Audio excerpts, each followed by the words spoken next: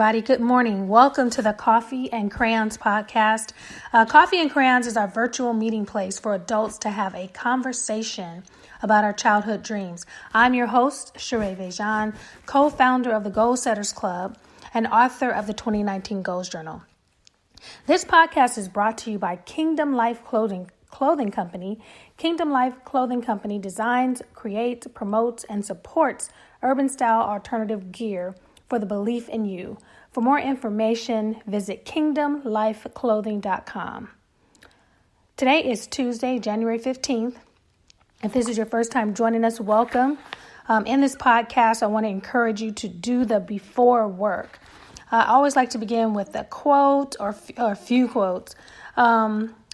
People may spend their whole lives climbing the ladder of success only to find, once they reach the top, the ladder is leaning against the wrong wall. And that's by Thomas Merton. In the world of social media, I've seen the hashtag squad goals, couple goals, marriage goals, money goals. But today I want to encourage you to set your own goals. Hashtag my own goals. When we first started creating our goals as a family, my girls knew exactly what they wanted to do, where they wanted to attend college. But right when they were about to graduate, things shifted. And I didn't really know how to help them figure these things out. I didn't understand. We set the goals. We read the books. We done the research. We did the work. We visited the colleges. But then the conversations happened. I changed my mind. I don't want to do that anymore. I don't know. But I did figure out something during that journey, which will be a big part of the 2020 Goals Journal. I realized that we all may have written goals for different reasons. Maybe it's a true goal of yours. Maybe it's something you really want to reach. Maybe it's your mama's goal for you. Maybe it's not your real goal, but it looks good on paper or it sounds good when you read it out loud in a group setting. If this is how you're deciding to write your goals out and what your goals are going to be, we need to all start over from the drawing board. So I want to ask you to consider 6 things before you even put pen to paper. And we're using the acronym BEFORE. BEFORE. Brag, examine, forgive, own, remember, and expect to change.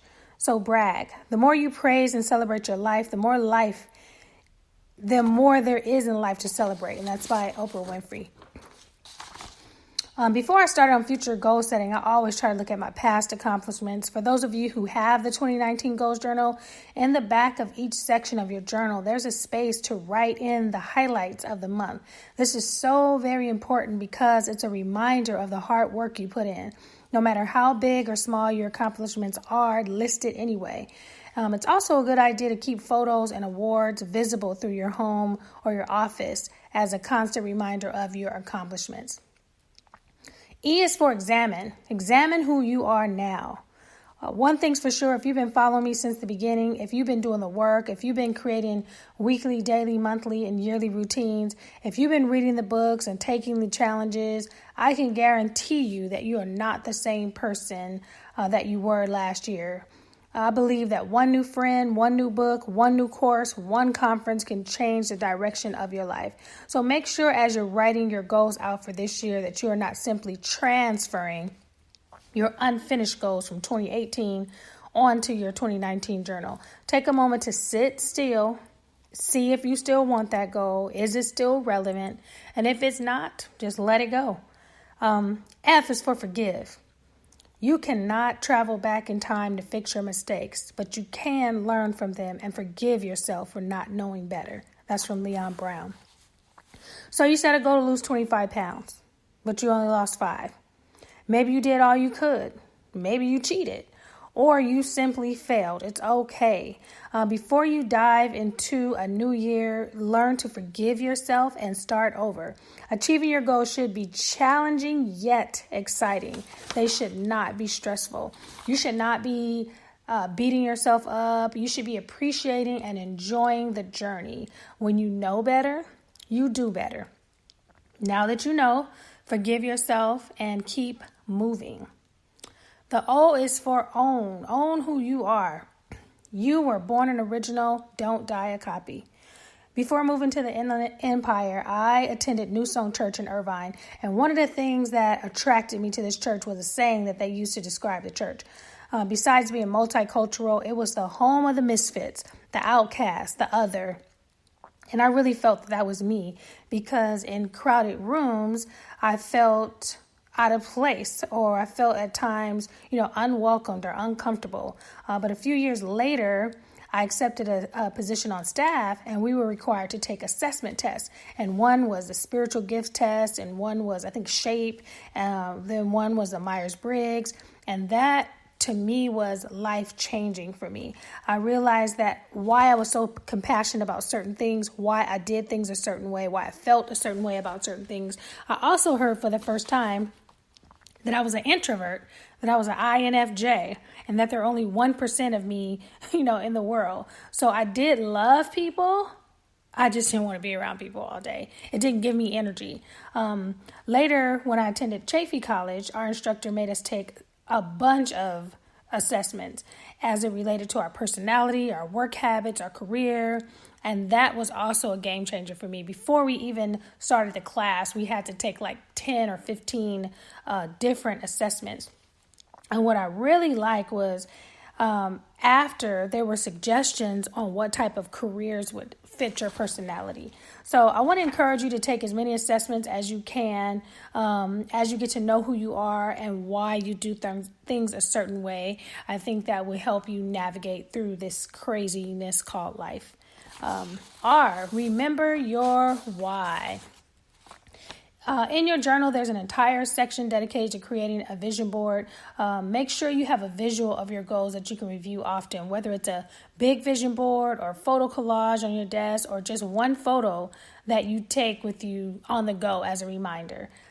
E, expect to change. When you get a new TV or refrigerator, they ask you, what do you want to do with the old one that you're taking away?